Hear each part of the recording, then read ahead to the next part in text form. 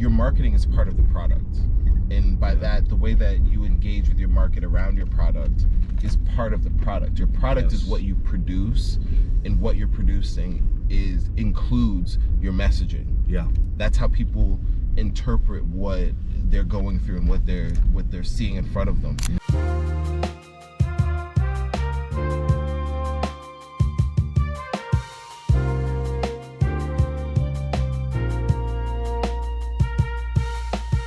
Yo. We back. We are back. Another Founders Drive. Another Founders Drive. Who are we getting into today, my friend? This is one of your favorite Claudes. Oh, it's one of my favorite Claudes. One of the many. Yeah. No, but I think you definitely put this one on the list. Mm-hmm. Today, this week, is the life, the legacy of Claude Hopkins. Claude Hopkins. He's a bit of a mysterious one. There's not a lot out on him. He's not a billionaire. He's not one of these esoteric founders that we normally cover. Very different than John McAfee, we'll say that. Oh, very different. Yes. But he is he's a very formidable character. He's somebody who shaped modern advertising as it is today, and a lot more than that. Just introduced a lot of testing to business. And I think that if you're somebody who is a founder, if you're a marketer, if you're an entrepreneur, if you're somebody who wants to just get better at business, then I think you have to know who Claude Hopkins is. And I think you have to know where he fits in the history of things. That might be a hot take. That might be a hot take. Apparently it is, because I was watching some of these videos and I see some people, they're like, yeah, I wouldn't recommend it's trash. I wouldn't recommend this book, just the range of experiences, because Claude Hopkins, he's known for his book called Scientific Advertising. Yes. And then he also has an autobiography that is called My Life in Advertising, where he also weaves in a few different lessons, and they're normally coupled together as his works and part of his legacy. Mm-hmm. But he got his start right here, in Michigan. Yeah. And he didn't see himself becoming an advertising man. It wasn't in his cards, at least at an early age. He was born in Michigan. Yeah. Grew up in Hillsdale, I believe. I think it was Hillsdale. Yeah. Hillsdale's a very, very conservative, religious town. I know that specifically because when I was in school, I used to compete against them. But to the point, it's a very religious town, and this is important because Claude Hopkins grew up in a very devout home. His mother was a fundamentalist. His dad was a preacher. Ironically, his dad walked out on his family. Yeah. It's wild. Yeah. At like before he was 10 years old, and that pushed the family into extreme poverty, where he had to go and take on a whole bunch of different responsibilities. I think he was doing door-to-door sales. At early ages. Yeah, like 6 years old. Similar to Warren Buffett, but obviously not the same situation or circumstances. But this was also in like the late 1800s, right? Yeah. Early 1900s. I should say mid to late 1800s. I would say, yeah. But it's also important context, right? Like, we're talking before the World Wars. Yeah. We're talking like before the Model T. You know what I mean? Like, to give it context, we're talking like horse and buggy times. Yeah. And also, just like for a little bit of context into some of the works that we're going to go into with Claude Hopkins, he's considered to be like the Godfather's Godfather of advertising. So there are some greats that follow him, but they all credit their work with his initial stuff. And so, just to give you some perspective, we're talking way back. Like way back. Yeah. But yeah, this was like 1800s, early 1900s. Yeah, David Ogilvy said that every person in advertising should read Scientific Advertising by Claude Hopkins at least 7 times. Yeah, before even starting. At least 7 times. Isn't that crazy? Before even starting. 7 times. Like, know this thing cold. I believe in that. I've read it a couple times. Yeah. I recommend it to a lot of people. I know a lot of people don't read it. I also talk about it with advertising people and marketing people, and people are like, huh? And I'm like, I'll even mention David Ogilvy. Right, and sometimes they don't know who that is. Yeah, so if you don't know who David Ogilvy is, you should go and listen to that on the Founders Drive as well too. Also, like, subscribe if you don't know these founders, because we're going to be teaching these founders every single week. Somebody you may or may not know. You get to benefit. And then you'll benefit from that. Yeah, you get to benefit just by listening. Yeah. There's a lot of content out there that'll entertain, and this will help you, will educate. So, but yeah, so he was selling door to door in the late 1800s. 4 doorbells. Yeah. and he learned, he just learned like the roughness of growing up without the means and having to just go and get it. Yeah. And he had a good way of reframing negatives into learning lessons on his own. He wasn't somebody that dwelled in the trauma, but he was also aware that it was difficult. And I think that played a part in how he became an advertising man, being able to find the good in something that was either ordinary or was a hard situation. Yeah. But I think that proves to be a powerful skill that he developed. So he ended up going. So he was not only was he raised by he was definitely raised by a preacher's kid, and he said pretty early on, he was like, I knew more Bible verses than like my teachers. He was like, I was writing sermons at a young age, and that was really interesting to me, especially in the context of Oprah. Oh, why Oprah?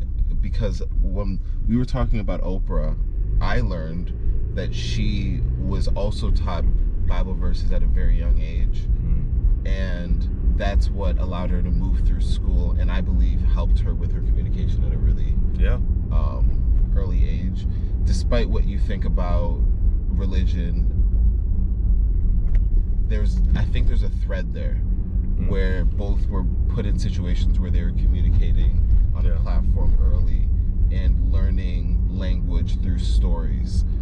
And we'll see that Claude Hopkins eventually said, I don't believe this stuff the way that people around me do. Yeah. Specifically his mother. And there's one story about how he gave this sermon when he was 18 years old, saying that he was against that.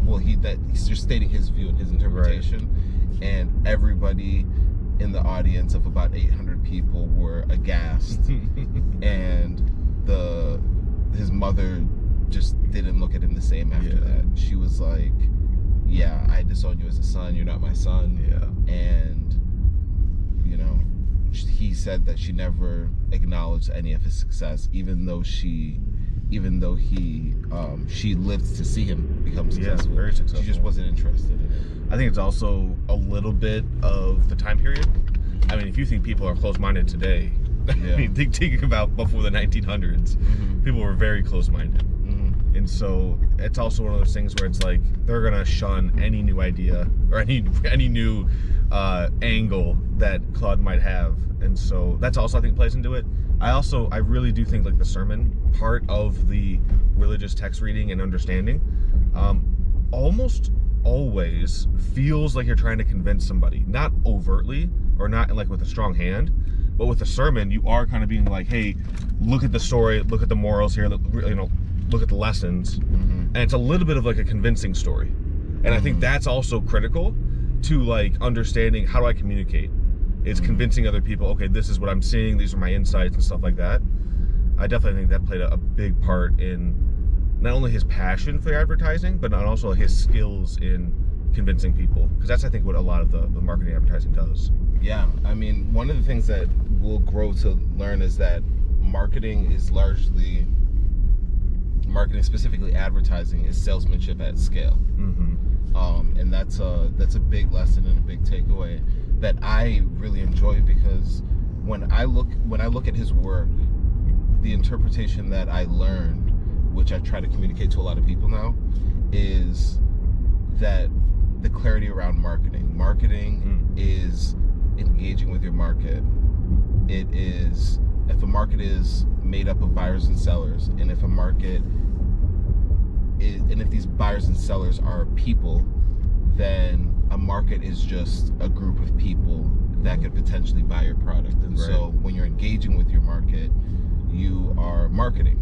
Now there's different words that get, and activities that get confused, but advertising is essentially just paid marketing. And the goal of advertising is a sale. And so what Claude Hopkins does really clearly is he articulates in his book Scientific Advertising, this is why I share it so much, is he articulates that a sale and salesmanship in a one-on-one setting can really inform how you advertise. Yeah. So it's just something that was really illuminating to me, but I think it says a lot about his mindset and the way that he approached things. Yeah. You know? So do you want to fast forward to maybe some of the work he's done in advertising? There's like those 3 campaigns that I like to touch. Yeah, which one do you want to start with? Well, one thing that's really was interesting is that after his kind of come up, he went and worked. He went and started working and learning advertising, and he took a lot of like lesser jobs early on, but it learned a lot and made him humble, and it taught him how to really grow through the ranks and learn all of the lessons that you need to learn on your way up. Yeah, I think it's interesting like how much of that is like his choice versus just like, you know, the situation where he had to take those kind of positions. The 3 campaigns, I know what. No, I was going to jump into a campaign, but go ahead. Yeah. No, the 3 campaigns I was thinking about. We can start with maybe the beer one. Yeah. What are the three? The beer, the toothpaste, and then the last one was beer, toothpaste, and I'm forgetting it. I just had it. maybe it'll come back. It'll come back. Yeah, let's start with the there's the beer one. The toothpaste one was pretty early on, and that was when he was working for Albert Lasker. There was something that I wanted to touch on right before that. Oh, okay. Where he was he worked, and he was pretty early and he was pretty young, and he was working for Bissell Carpet Sweeper company, and he ended up convinced Bissell to offer the sweepers in 12 different types of wood, oak, mahogany, walnut, etc. But he wrote letters, sent out 5,000 letters, and that eventually converted into 250,000 units sold. And I think that was in 3 weeks. Oh wow, the direct marketing. Yeah. And so he was really good at, so that was, I think, an important inflection point, because he just realized the power of selling at scale. Because that's what advertising is selling at scale. Right. Yeah, you can actually move the needle. Yeah. If you can convert your messaging into buyers. Yeah. So that was a really interesting moment. And then there was another one where he had this the restorative nerve tonic, and he ended up selling 400,000. What was it? Oh no, he was sending out 400,000 booklets in a single day. Now this is the late 1800s, early 1900s. And so just thinking about how to take advantage of that during that time period was something that I think is really notable. Yeah, that's wild. That's such a large scale even for that time period. Yeah. Even now it'd be a large scale. But Claude was also big on, like, you know, the free trials, the free gifts. Yeah. Some of that stuff that we saw with Estee Lauder. Yeah. And some later people. A lot of the things that we've touched on with other founders come through that Claude Hopkins vein, but he's not credited as much with some of these things. Yeah, I mean, he cut his teeth working for different people, and he eventually got hired by Albert Lasker, who was the owner of Lord & Thomas, the biggest ad agency in America. Lord and Thomas. And he just saw that Claude was getting results, and so he said, "Hey, come work here for me, and bring everything that you know." I believe that he also said that he didn't want scientific advertising being put out there. Yeah. Because it, like, that's your edge. That's your moat. That's your. I mean, we see the effectiveness of it today, but back then people were really marketing on a whim. Guessing and checking. Yeah. Yeah. Now it's not quite the same, but there is still a lot of. It's amazing actually now that all this information is out here, how little people take advantage of it. Yeah. I also see there's like the whole overlap between like the technical domains in terms of testing and this marketing domain, advertising domain, where he was like, no, you should be testing things. Yeah. Don't just guess and check. Yeah. Like test it. And understand the data and why the data is telling you that. So, let's jump into the beer campaign. Yeah, the beer campaign, I don't know how to say the name. Is it Schlitz? Is it Schlitz? Schlitz. It is Schlitz. Schlitz Beer Campaign, 1907. Yeah, and I don't have the exact words to use, but what's critical to understand about this campaign is that Claude didn't have to change the recipe of the beer. He didn't have to go to the fundamentals and say, "Oh, you're mixing it wrong," because that's not what he was there to do. He was there to actually get more people to buy the already created product, and he did that through different messaging. And so we'll talk about this a little bit in the super secret, but sometimes it's not the product that has to change. Sometimes it's the messaging. Yeah. And we've gone through a couple of iterations of that. Yeah. Where it's like, we don't really have to change the product at all. Just the way you look at the product, the way that we're prepping you to see the product, or the way that we onboard you, right? There's different ways that you can change the messaging without changing the core fundamental product to actually convert people at a higher clip. Yeah, that's a huge takeaway, especially in the tech space. Yeah. One of the best messages that I've heard, and I can't remember who specifically said it, but your marketing is part of the product.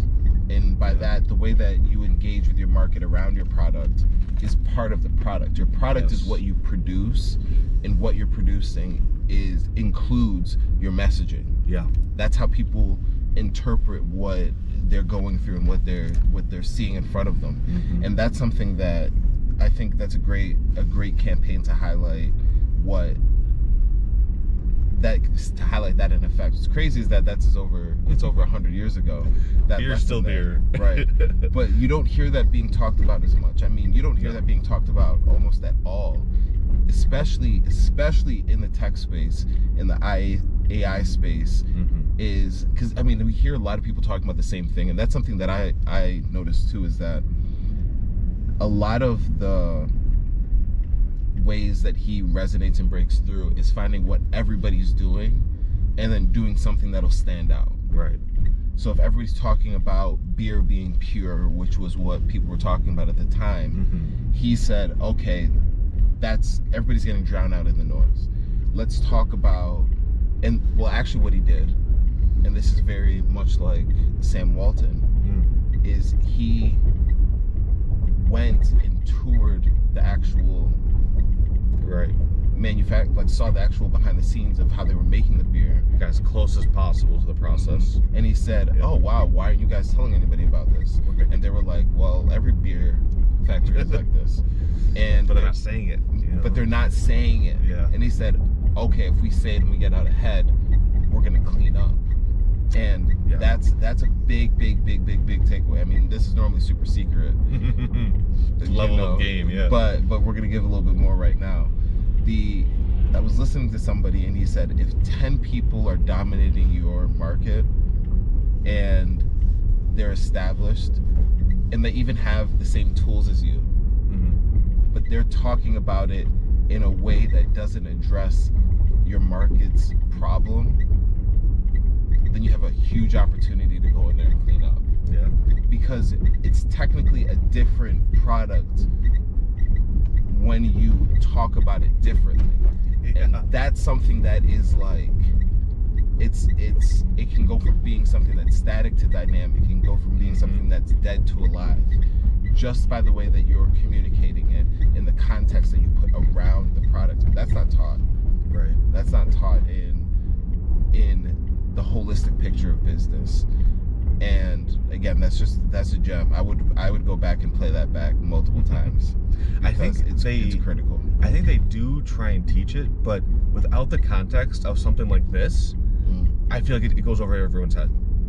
Because it's like, oh yeah, like obviously your messaging is part of the product. You have to be differentiated to the point where people buy. Like people are told that, but without the context of like how to actually do it, it's lost. But that's what I'm saying is like, you know? People say it needs to be different. I think the assumption is I need to make something different instead of talk about it different. Yeah. There's that really, it's not Claude, but there's a scene from a show where the advertiser walks into like a tobacco company, and they're like, okay, like how are we gonna, show off our cigarettes as the best tobacco? He goes, well, our tobacco's toasted. And they go, well, all tobacco's toasted. But ours is toasted. And it's like, if you could get in front of that. That's Mad Men. It is Mad Men, right? I was like, I've seen, it's on the tip of my tongue. I know what I'm talking about, because he also has the ketchup line. Where it's like, I don't want to see ketchup in the ad. But no, he's like, no, ours is toasted. And it's like, it's that same mentality of like, everybody's is toasted, but if we call it first, nobody can take that from us, because like we're calling it as like, that's how we're differentiated. Yeah. I'm willing to bet that scene of it being toasted is from scientific advertising. Was largely inspired by, every beer is pure. Like why exactly? But so what he did is he ended up going in there and they ended up describing how the beer was made, but using it to communicate why somebody should buy their beer and not another beer. Right. I mean, because one thing that's there's a fine line there is and I just want to make sure that I get like the way that he explained it. But one thing that's a fine line is the process. Talking about the process can be good in the right way, but also it can be distracting from what you're actually trying to sell the person. That's something that we're going to dive into on Super Secret, where we're going to start comparing Claude with Steve Jobs. Because I think that dives into like, am I talking about the emotion or logic? By the process of the iPhone, or the feeling you get when you have an iPhone? No, we're about to jam. We're about to jam on some of this stuff. No, but I think that's it's a great point, because you can't get too drowned out in the minutia of the specs, or the process, or these other things that are gonna cause me to burn calories trying to understand what you're saying. I should never have to do that in good advertising. Oh man, I have something great that I almost want to say now, but we'll wait. Okay, so that was that campaign. And I think that's a huge takeaway, is learning messaging and how you talk about your product can make a complete difference. Yep. Want to go to the next one? Or let's go into how we taught everybody to brush their teeth. It's a genius campaign. Most people at this time, I mean, I'm gonna date Claude's timeline just with another tidbit here. They didn't even have hot showers. Like, this is how old school we're talking. So they definitely weren't brushing their teeth every day. Like, you can't even have a hot shower. But yeah, and so like the whole campaign around and I feel like people use this today in passing without even knowing it. It's literally, but it's happened to me multiple times. I didn't realize it was a Claude Hopkins thing, but he had this whole campaign around the film on your teeth. He goes, run your tongue over your teeth right now. Feel that film. I want to do it right now. It's one of those things that's like, it's pretty early, so right? It's one of those like visceral moments where you can have an instant feedback of, oh, I can do that with my tongue. I can feel that film that he called. Okay, we'll buy our toothpaste and get rid of that. That's a really powerful thing too. I kind of want to jump into that with Super Secret, but talking about it like just a little bit of a foreshadow. Is anchoring your product to a specific action. I think is a really powerful way of communicating. Because anytime you do that, you're like, and then you start filling in like, oh, huh. I don't like that. But it's also one of those things that's like, you probably do that 100 times a day. But when I call attention to it, now you're doing it with intention and with focus. Same thing if I said like, okay, now you're breathing manually. You start breathing manually. It's one of those things that, it's one of those everyday occurrences that you can actually turn into a opportunity to sell. Oh man, we're about to go crazy in the Super Secret. I almost want to like skate through some of this stuff. We're gonna skate through this. So that way I could get right there. But yeah, it's a really, really, really powerful way of communicating with your market and making sure that you're memorable. Yes. Because here's the thing, a lot of what he was doing and how he was testing is so when you put money on it, you're basically betting whether or not this person is going to buy or if they're going to ignore your ad. Yeah. And so there's some stakes there. Yep. And he was in direct response marketing, direct response advertising. And so that was, we're going to create an ad, a pamphlet, we're going to mail it to you, and we're going to give you instructions on how to make a purchase. Mm-hmm. And that was the criteria or that was the environment that he had to work in. And so you're not just making a Facebook post, you're like going and printing a whole bunch of flyers and ads, and that's what your cost is, that you're investing into a result that you want to make you some money. Yeah. So better not guess. Yeah. And so like you have that kind of money. Yeah. And so you have to be really clear on what you want with somebody, the steps that you want somebody to take, and be aware of a budget and how that plays out. So there was after that there was Liquozone. Is that the other one that you wanted to? It doesn't ring a bell, but maybe that was the one. No, that was a little bit earlier. Okay, there was one after the soap. Yes, I believe it was the soap. Mm-hmm. I don't have the specifics on the campaign, but I do know there was that third one that most people are like, oh yeah, that's one of his shining works. In terms of it was Palmolive Soap. I don't know if I'm saying that correct. But he claims Cleopatra had washed with palm leaves and olive oils despite the sputtering protest that historians had. Asked chemists to multiply the lather 250 times the normal amount, and he positioned it as a beauty bar, connecting soap to beauty rather than just cleanliness. And this got a lot of women interested in mine. Finally cleaning themselves. Yeah, like you said, cleanliness was a real problem. Yeah. Around the time. But it wasn't a big enough problem to call it on its own. You had to tie it to something like beauty. Yeah. You had to tie it to these other things that people cared about. Because, they didn't even know what a germ was. Well, that's so interesting when you think about the hierarchy of what people care about. I mean, that's another thing that we could probably dive some into. Oh, yeah. But there are certain things that take precedence over... Based on your education, I would say.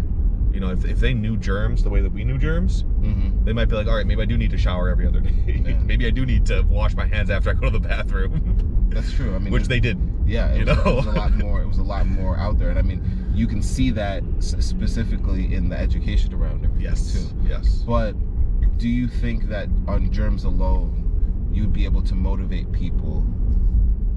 It certainly introduces a different aspect, because then you have people like Howie Mandel, who he would love that.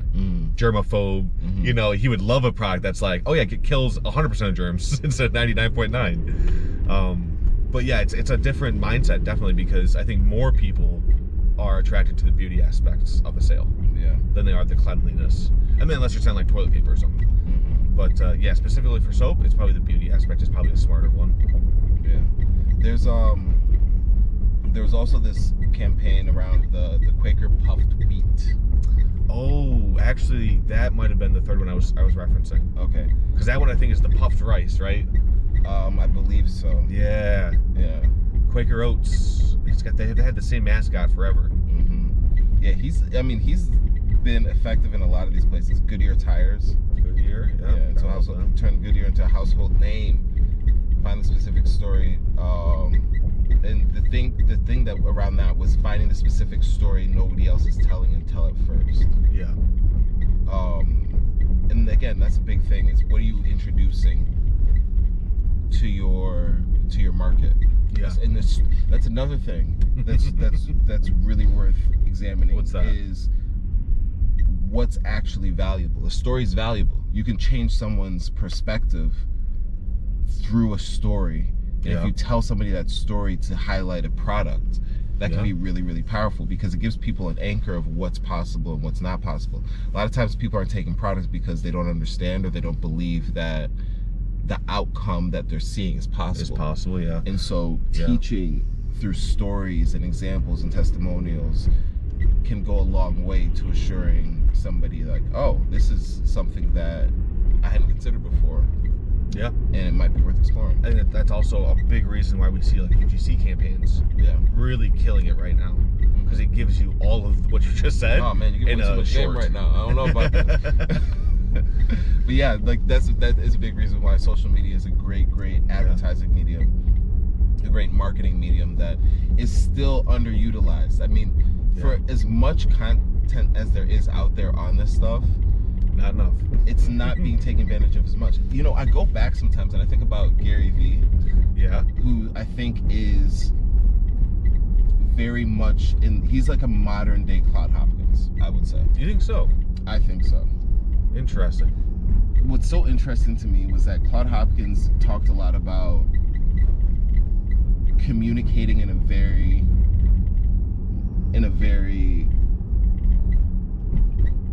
digestible, easy way to understand. And he talked about how being fancy with words could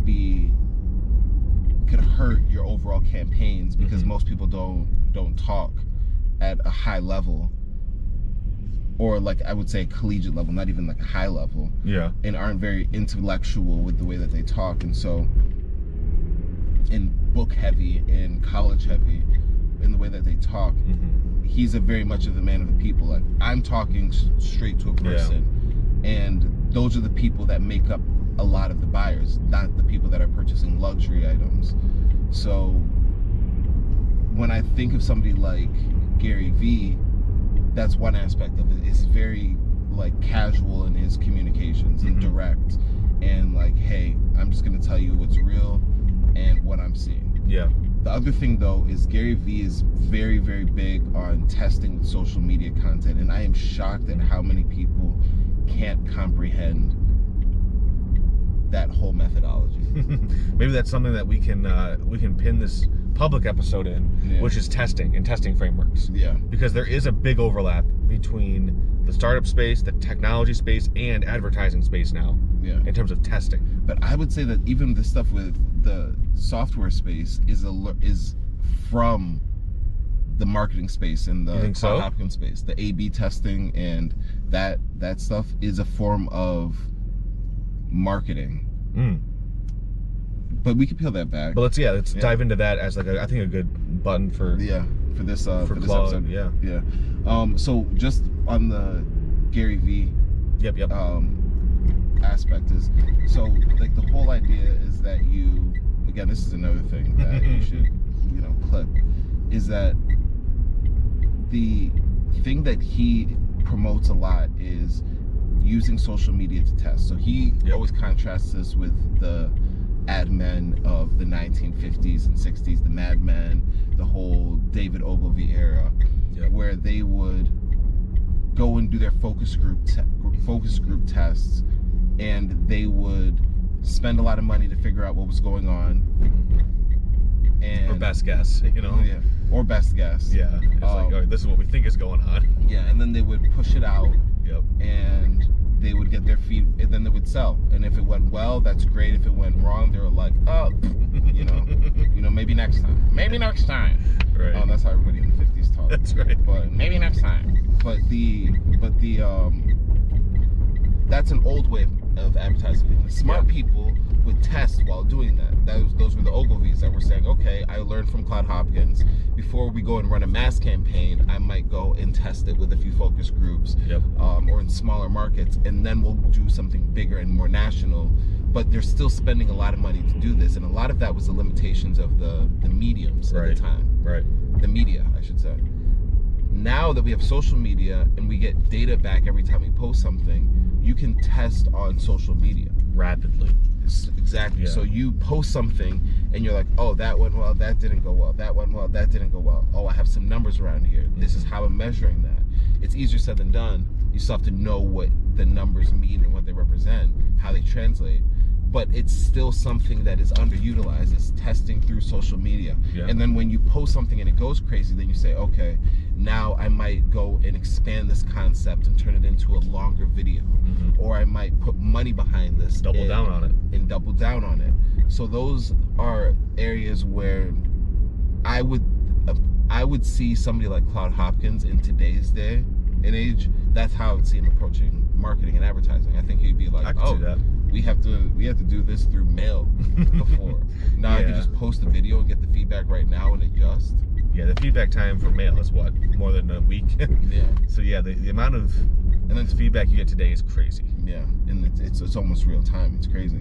So the overlap between the tech A/B testing and then the marketing testing, or just what A/B is.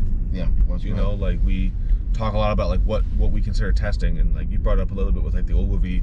Try a bunch of different things out in smaller markets. See what works first.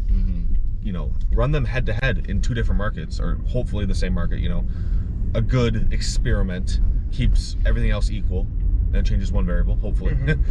Sometimes it's not that clean in the real world, but like that's your idea, right? Is try a bunch of things in smaller markets, find the absolute winner, and then throw that in the national world stage, where hopefully, since you've given it, you know, a lot of test runs, you're showing the world the best thing that'll convert, to make you even more money, instead of, you know, going out to the market, trying something and having to retry it. You can actually lose some brand recognition off of that. And so, yeah, it's really just A/B testing in software. We do the same thing. In canary deployments, where if we have a feature that we want to roll out, we roll it out to a subset of the population first. If that goes well and we don't see any errors, we roll it out to larger parts of the population until it reaches 100%, and then everybody's on that version. Right? So you can do this systematically in a way that doesn't impact everybody, but you can get that feedback still. Yeah. And that's what's important. Yeah. And I think the overlap that I see there is, I mean, most things are downstream of marketing. Most things are downstream from marketing. I would say almost all business activities are downstream of marketing. All business activities, okay. Okay. Because you don't have a business if you can't sell it to anything to anybody. Yeah. So you need a customer. So yeah, so like they started with A/B-ing messages. That's just a way to kind of organize it, right? But then in technology, because a lot of technology is automating using information, automating processes using information. It's not all, but that's a big part of it. And so if we're testing the things that we're automating for a specific user or customer, we want to test that. Yeah. And so naturally it's like, okay, well, if we can go and create first just a message and then A/B that, so it might be 2 different landing pages, or it could be even more in depth, like you said, a feature, so it could be a full feature set or one feature set that we send out and say, okay, we want to be a color. It could just be a color. Yeah. What do we want to change right here? And so a lot of the A/Bs, even some of the projects that we've worked with, a lot of that came as a request from the business side, but more specifically the product or marketing side, where hey, we want to understand what's the best thing right here that people enjoy. So how do we figure that out? Well, let's test it. And I mean, it's commonplace as a concept right now. I don't know how much it is in practice, but yeah, I mean, I think that it's cool to see how these things line up, and how something that, even if you're just a tech person listening, you can understand, okay, this is where the work that I'm doing fits in the big picture, and how what I'm doing when I am A/B testing can ripple through all the way to the actual end user that uses it, but along the way hit somebody who's in marketing. And I think it also allows for somebody who's in tech and just doing tech, or a coder, to make themselves more valuable.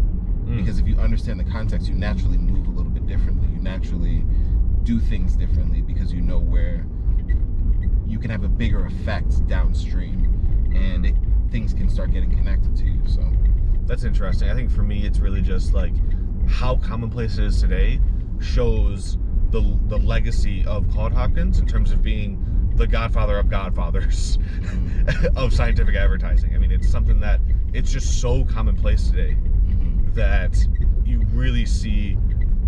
I think it's so commonplace we forget where it came from, and that's why I like doing episodes like this, is because we get to call on the real OGs of some of this game that we're giving out. So cool. I'm ready to jump into Super Secret. We're gonna jump in. I really want to talk about that. Yeah, we got a lot to talk about here. Yeah. And you'll be able to get some of our opinions on some of this stuff, how it happens in the world, how it happens with our business, and how we think you guys can apply this stuff. Yeah. So check us out. Check us out next week too for another Founder. Peace.